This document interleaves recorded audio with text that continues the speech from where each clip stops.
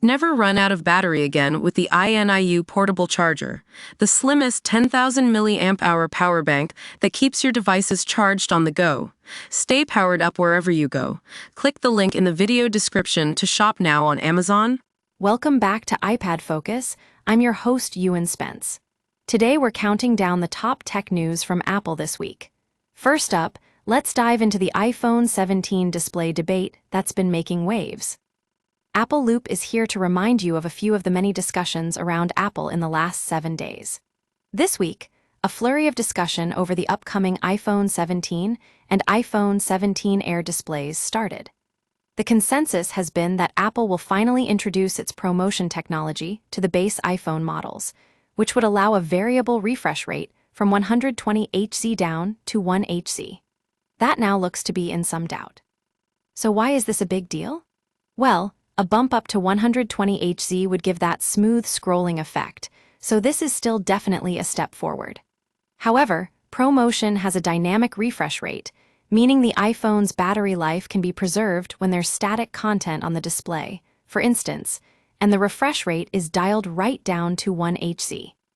It's this capability, which also enables the always-on display, that's such a crowd pleaser on the iPhone 16 Pro and other Pro models.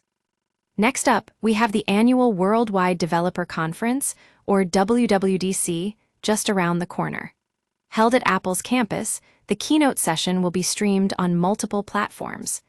Tim Cook will lead his executive team in a high-level look at Apple's plans for the following year. WWDC is always focused on software, but there are hardware announcements at the conference in some years. Most recently, Apple unveiled the Vision Pro and updated 3 Mac models at WWDC 2023. In 2024, however, it was a software-only affair.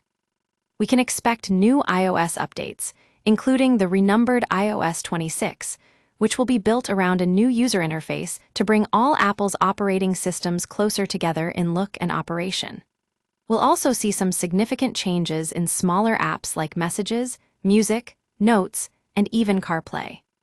And speaking of Apple TV, its most ambitious film release, F1, the imaginatively titled movie built around a fictional Formula One team, is out now. The first reviews are in, with Variety's Zach Sharf saying, F1 the movie is so freaking good. We'll be keeping an eye on how this move impacts the future of Apple TV content. That's all for today from iPad Focus.